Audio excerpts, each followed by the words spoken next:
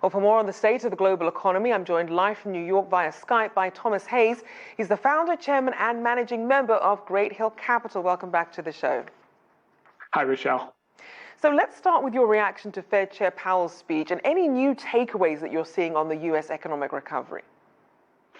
Yeah, well, Powell came in very aggressive to get stimulus done, and I don't blame him. He said there's no harm in overdoing it, that this is the wrong time to take the foot off the gas, and adding fiscal to monetary policy will enable to alleviate hardship on millions of households, and no fiscal stimulus would actually exacerbate inequality. So that's what he was really going for with the stimulus pitch, while the Republican Senate and the Democratic House are between 1.6 trillion and 2.2 trillion.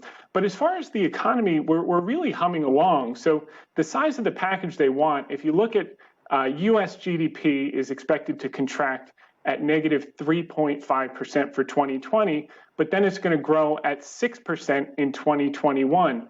And the size of the stimulus package that they're talking about is 8 to 11% of GDP. So imagine, Rochelle, you're trying to fill a $750 billion pothole with another $2 trillion of asphalt. So despite what you saw with the stock market today, it's not quite that urgent. They will get something done, certainly after the election, maybe before the election. But I think the most important thing that people are overlooking is there's $300 to $400 billion left from the CARES Act that has not been spent, that was approved by Congress, that you could potentially see another executive order to get those funds in the hands of those who need it the most, in the form of possibly stimulus checks and in the form of enhanced unemployment till the end of the year. Now, that does still leave a lot of uncertainty, though. Obviously, that pocket of money hasn't been distributed.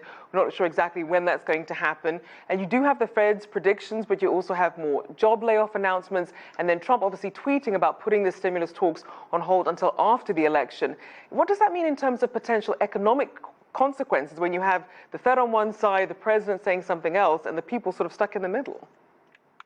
Yeah, so basically you've seen continuing claims continue to decline every week. We've already gained well over half of the jobs that were lost due to COVID, and we surprised everyone on Friday seeing the unemployment rate drop below 8%. So while on the one hand, we definitely want to have the stimulus, as you saw the IMF chief, she said, now's not the time to let up on the global fiscal stimulus or withdraw that too quickly. Our recovery is V-shaped. It's going to continue that way, and the stimulus would only ensure that those most at need are getting taken care of now, and that's critically important. But the growth trajectory is really on the right path. And as far as the layoffs that you saw some temporary jobs with regard to the census, and you're seeing sporadic layoffs from corporations.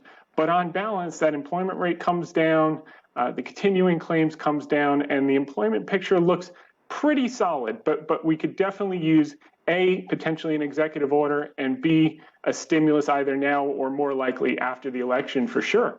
And certainly important, given that obviously a lot of people not included in that unemployment number have also stopped looking for work. But as we look at the bigger picture, you mentioned IMF Chief Georgieva unveiling her organization's global economic outlook amid COVID, saying, look, the economic outlook is less dire than we saw in June's predictions of a 4.9% contraction. So what do you attribute that to? Yeah, well, they've always been very conservative, and they really weren't even in the ballpark in June. For instance, in the United States, they anticipated that we would contract by 8%. It's not going to be anything like that. There was talk that we would hit 20% unemployment. We're now under 8%. So, and even China, they predicted would only expand by 1%. China is now going to expand by 2.3% this year. We'll expand 6% next year. China will expand 7%.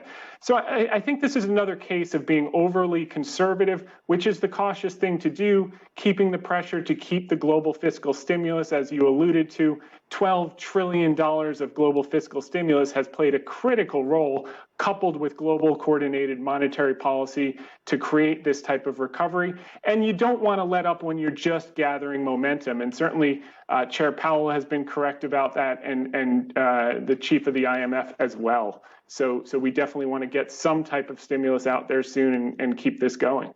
All right. Well, thank you so much. Always good to have you on. Thomas Hayes there, founder, chairman, and managing director of Great Hill Capital. Thanks. All right, we turn our attention to Europe after the break. Prime Minister Boris Johnson lays out his economic plan for a post